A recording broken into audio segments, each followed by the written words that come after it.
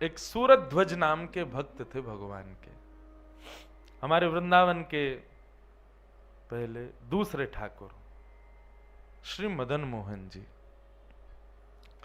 मदन मोहन जी का हम नित्य स्मरण करते हैं। अब कहां विराजते हैं मदन मोहन जी? करौली। मैंने आज तक दर्शन नहीं किए मदन मोहन जी के, लेकिन मदन मोहन जी का इतना यश गाया है, इतने गुण गाए हैं कि मदन मोहन जी चित्त में विराज रहे हैं। ध्यान से सुनना। तो सूरत ध्वज जी जो थे, ये मदन मोहन लाल जी के परम भक्त। इनकी निष्ठा ऐसी थी कि ये अष्टयाम सेवा के हर आरती का दर्शन करते थे श्री मदन मोहन जी की। मंगला से लेकर के शयन तक एक भी आरती छोड़ते नहीं थे श्री मदन मोहन जी की। एक बार मदन मोहन जी ठाकुर जी के सामने खड़े होकर के सूरत ध्वज जी गा रहे थे। बोले कि हे नाथ, मुझ पर अनंत कृपा करो। बोले कैसी कृपा चाहिए? बोले संतन की पनिहन को अर्चक कहाऊं। हे नाथ, मुझ पर ऐसी कृपा करो कि वैष्णवों की सेवा में मेरी रुचि बढ़े। वैष्णवों की जो चरण धूली है, उनकी जो पनहियां हैं, उनके जो चरण की पादुका है, उसके प्रति मेरी बड़ी निष्ठा हो जाए नाथ, ऐसी कृपा करो। रोज गाते थे श्री सूरत ध्वज जी।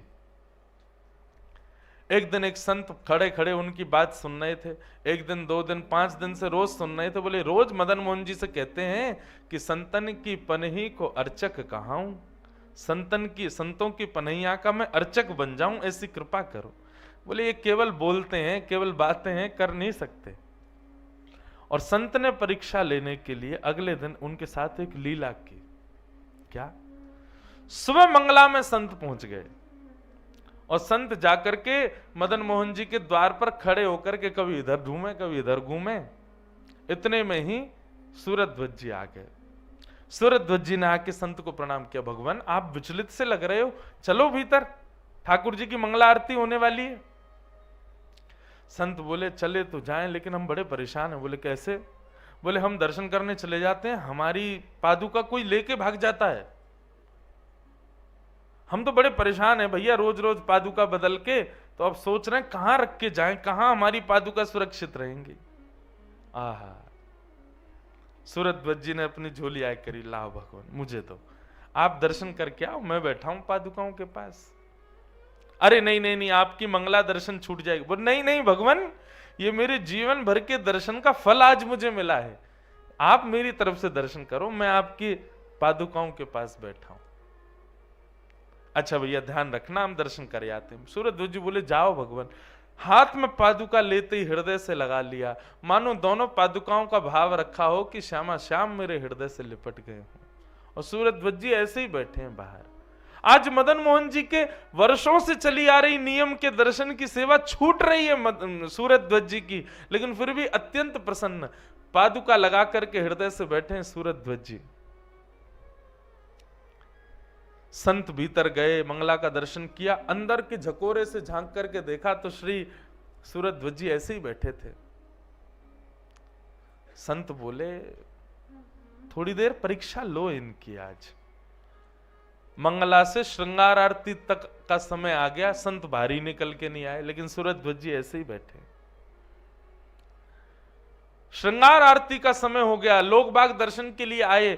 कईयों ने आकर के सूरत ध्वज जी जो रोज देखते थे, अरे सूरत ध्वज जल्दी चलो, श्रृंगार आरती हो रही है ठाकुर जी की। बोले नहीं, मैं अभी सेवा में व्यस्त हूं, आप जाओ। सब चले गए। आज सब आश्चर्यचकित हैं, सूरत ध्वज की वर्षों से निष्ठा जिस दर्शन में, आज वो छूट रहा है सूरत ध्वज का। पर सूरत ध्वज को बिल्कुल चिंता नहीं। इतने में ही जी क्या होता है भाई, ये वही अलर्ट है कोई? वाह, हमारे पे तो आ नहीं रहे मैसेज। सुनो सुनो सुनो, सब लोग सुनो, कथा सुनो, हम भूल जाएंगे इसके चक्कर में। ये शायद इसीलिए बज रहा है कि आप कथा सुनो ध्यान से। तो सूरत ध्वज जी हृदय से लगा के बैठे। महाराज संत तो इतने निष्ठुर हो गए आज कि सुबह मंगला के घुसे भीतर और रात्रि शयन का समय आ गया। सूरध्वज जी पूरे दिन ऐसे ही बैठे रहे पादुकाओं को लेकर के। रात्रि शयन का दर्शन, एक बालक सुबह से देख रहा था सूरध्वज जी आज मंदिर में नहीं गए।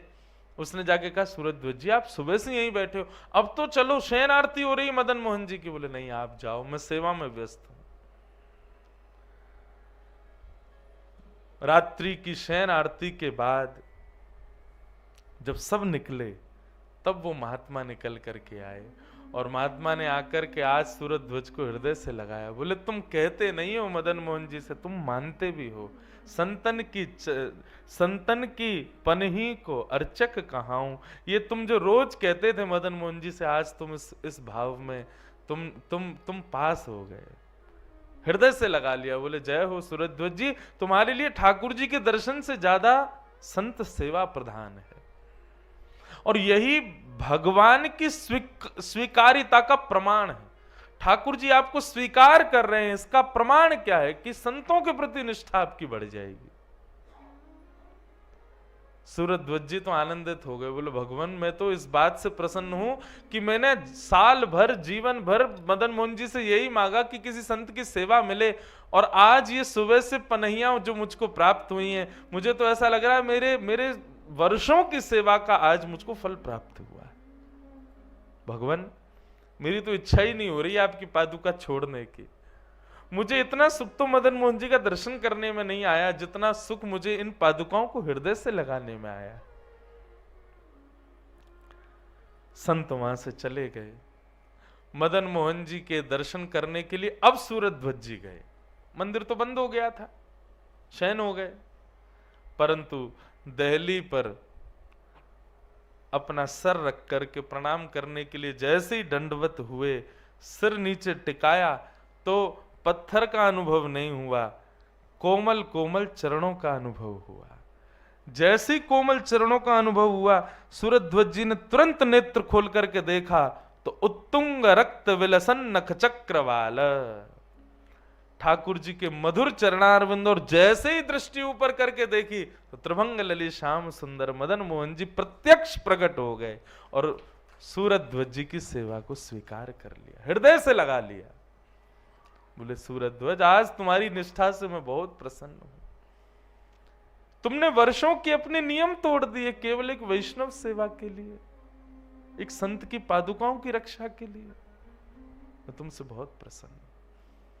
और उसी समय सूरध्वज जी को अपने संग लेके मदन मोहन जी चले गए। सोचो बंधु, हमें लगता है कि केवल ठाकुर सेवा प्रधान है, नहीं। ठाकुर सेवा से आपकी भक्ति बढ़ सकती है, पर दीनता, सरलता, वत्सलता, ये सारे गुण तब आएंगे जब किसी वैष्णव की सेवा करोगे। और सबसे बड़ी बात,